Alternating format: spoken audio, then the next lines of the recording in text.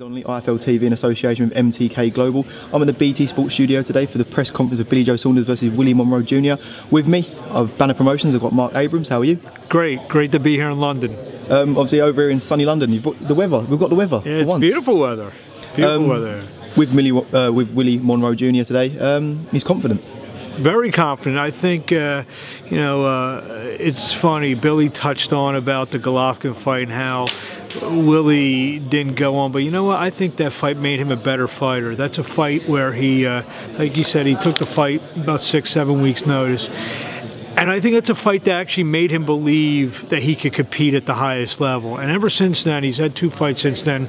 He's fought 10 rounds with John Thompson, 12 rounds with Gabe Rosado. There's 22 rounds. I think he's lost maybe 1 or 2 rounds. And I think that has made him a better fighter. And I think he's very confident going into this fight September 16th with Billy Joe Saunders. He's one of these guys, he takes a positive, he takes a negative, and I think he really has made it positive. He was, pretty subdued up there because I think Willie knows, he's very confident in his abilities. Obviously, Billy Joe did touch on about the 6th round of that Golovkin fight. Correct. Where he said, "I'm done."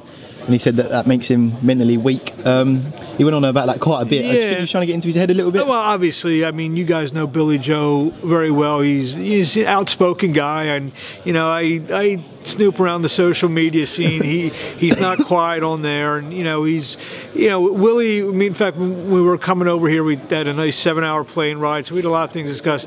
We knew Billy was going to touch on something. We just didn't know where he was going to go, within seconds, like clockwork. But it's great. I mean, it's that's what he feels he needs to psych himself up that he thinks he's going to make Willie quit. Don't forget, he stood in there and took some hellacious shots from the guy that you're a boxing guy, maybe the baddest man on the planet, Gennady Golovkin. Yeah, Billy's an excellent fighter. He's an Olympian. He's an undefeated fighter. He's a world champion. You can't take that away from him. He's one of the top fighters in the middleweight division. I don't think he hits like Gennady Golovkin, though. He stood in there and took, he got knocked down, and whatever happened in the 6th round happened, but he took some hellacious shots in there, and he stood up to him, and he, like Billy actually did touch on, rounds 3, 4, and 5, he was given as good as he was taking. Golovkin said after the fight, he let Willie hit him. And I know, no human being, no man's gonna let another man hit him right in the face. So Willie, like I said, that fight gave him a ton of confidence, quiet confidence. I'm probably speaking too much, but Willie's a very confident guy, and you see fighters, they say they're hungry. Willie's starving. He doesn't call us to fight. He wants to fight this guy, or the number 12 guy.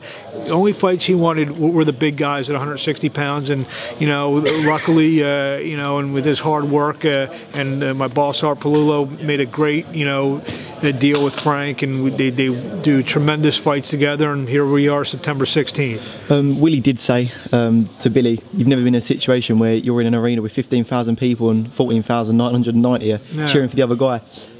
He's going to be in a similar situation come September. He did use that as an excuse for the Golovkin fight and said that the occasion got to him. So will the occasion get to him again?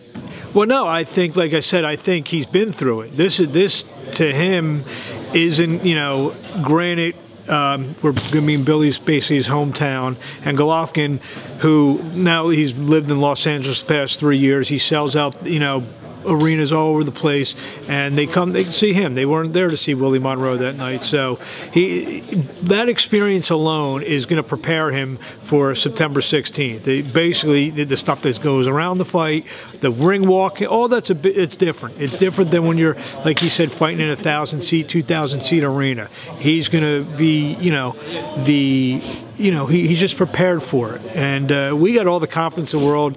I mean, in this fight, and when Artie and Frank were doing the deal, it didn't take Willie more than half a second to say, "Just sign me up, we'll get there."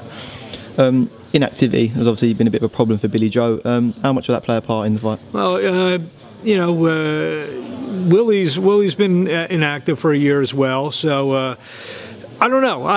Willie's from what I know with Willie. I mean, I can't speak for Billy Joe. Willie's a guy. He's always in the gym. I mean, he called us. You know, when the fight was being close to being finalized, he said September 16th. I'll be ready the first week of August. So I mean, he's in the gym. He's got a great team behind him. A great young trainer by the name of Tim Nolan, who, you know, this side of the pond nobody knows about, but he's a tremendous young, early 30s boxing guy, and him and Willie have been at it together. And I think actually you talk about, you know, kind of intangibles of the fight. You got Willie, who's been with Tim forever, and you know, Dominic. I believe this is the first fight with Dominic. I believe with Billy Joe. With Billy Joe. So what's going to happen? Their sense of, you know, working together. I mean, I know I got the utmost confidence in Tim working with Willie on September 16th. That, you know,